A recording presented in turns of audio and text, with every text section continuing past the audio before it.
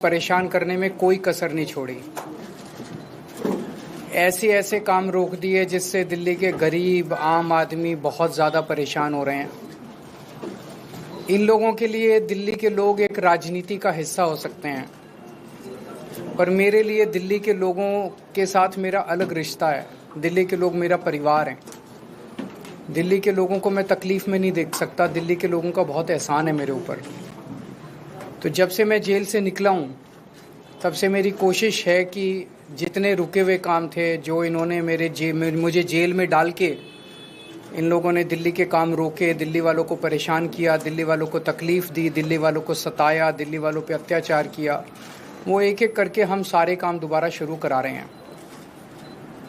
तो उसी सिलसिले में आज दिल्ली सरकार ने एक बहुत महत्वपूर्ण फैसला लिया है और मैं दिल्ली के दलित समाज के लिए, एसटी समाज के लिए, ओबीसी समाज के लिए, ईडब्ल्यूएस वालों के लिए एक बहुत अच्छी खुशखबरी लेके आया हूँ। दिल्ली में हमने 2017 में स्कीम चालू की थी, मुख्यमंत्री जय भीम योजना। उस योजना के तहत हम दलित, एसटी, ओबीसी और ईडब्ल्यूएस समाज के लोगों को, उनके बच्चों को कोचिंग करने के लिए हम मदद करते थे। जैसे मैं खुद 12वीं के बाद जब मैंने आईआईटी की तैयारी की तो मुझे याद है मैंने 2 कोचिंग इंस्टीट्यूट से कोचिंग की थी और उन दिनों में भी कोचिंग बहुत महंगी हुआ करती थी।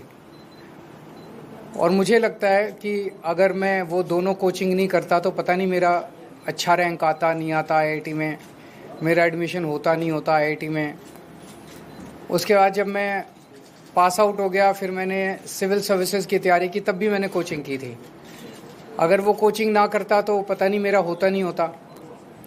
लेकिन कोचिंग बड़ी महंगी है और गरीब लोग, दलित समाज के लोग, ओबीसी समाज के लोग जो गरीब हैं, जिनके पास पैसा नहीं है, उनके बच्चे इंटेलिजेंट हैं। इंटेलिजेंस पैसे की मोहताज नहीं है। गरीबों के घर भी इंटेलिजेंट बच्चे पैदा होते हैं, वो भी बहुत इंटेलिजेंट हैं, लेकिन उनको सहूलियत नहीं मिलती, उनको अवसर नहीं मिलते, अपॉर्चुनिटीज़ नहीं मिलती। हमारी सरकार का मकसद है उनको वही सहूलियतें दिलाना, उनको वही अवसर मुहैया कराना जो अमीरों के बच्चों को मिलते हैं, जो मुझे मिले थे जब मैं पढ़ रहा था। भगवान ने मुझे एक मिडिल क्लास फैमिली में पैदा किया। जो अवसर मुझे मिले वो अवसर गरीब से गरीब लोगों को भी, दिल्ली के मेरे गरीब से गरीब बच्चों को भी मिलने चाहिए। तो वो अवसर मुहैया कराने के लिए हमने स्कीम निकाली थी कि 12वीं के बाद या ग्रेजुएशन के बाद अगर कोई कम्पिटिटिव एग्ज़ाम देता है बच्चा, इंजीनियरिंग के लिए, मेडिकल के लिए, रेलवे के लिए, नौकरी के लिए, यूपीएससी के लिए, कोई भी वो देता है, अगर कोचिंग में एडमिशन लेता है तो उसको दिल्ली सरकार उसका कोचिंग का सारा खर्चा देती थी। और बाद में हमने उनको 2,500 रुपये महीना भी देना चालू किया था, ताकि पढ़ते वक्त वो कोचिंग इंस्टीट्यूट अगर जाना आना है उसके लिए, उसको जाने आने के लिए और उसके मिसलेनियस एक्सपेंसेस के लिए 2,500 रुपये महीना भी देना चालू किया था। कुछ अड़चनें कोरोना की वजह से आई और उसके बाद मेरे जेल जाने के बाद ये बिल्कुल ठप हो गई स्कीम। इसको ठप कर दिया गया, जानबूझ के इसको ठप कर दिया गया। लेकिन आज मुझे बेहद खुशी है पूरे दलित समाज को, ओबीसी समाज को, ईडब्ल्यूएस, हमारे गरीब भाइयों को बताते हुए कि आपके बच्चों के लिए आज दिल्ली सरकार ने इस स्कीम को दोबारा चालू कर दिया है। जितनी पुरानी पेमेंट्स बकाया थी, जिसकी वजह से ये पेमेंट्स नहीं की गई, मेरे जेल जाने के बाद पेमेंट्स रोक दी गई, वो पेमेंट्स अब वेरिफिकेशन वगैरह करके दोबारा कर दी जाएंगी। उनकी इंस्टीट्यूट्स की पुरानी पेमेंट्स, जो भी वेरिफिकेशन की प्रक्रिया वो करके, और इन स्कीम्स को दोबारा रजिस्ट्रेशन करके बच्चों को दोबारा मुहैया कराया जाएगा, सारी अवसर मुहैया कराए जाएंगे।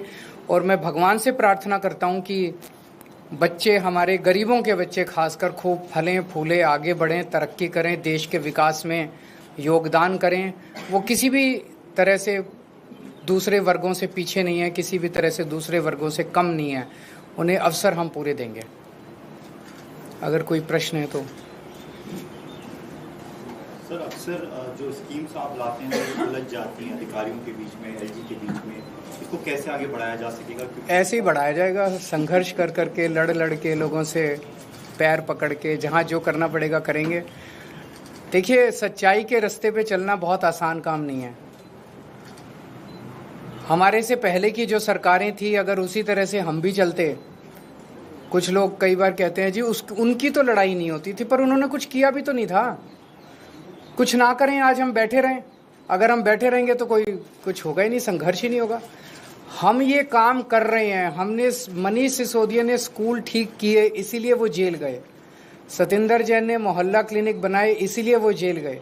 मैंने बिजली फ्री करी, इतने सारे काम करे, इसीलिए मैं जेल गया, इसीलिए इतना संघर्ष है।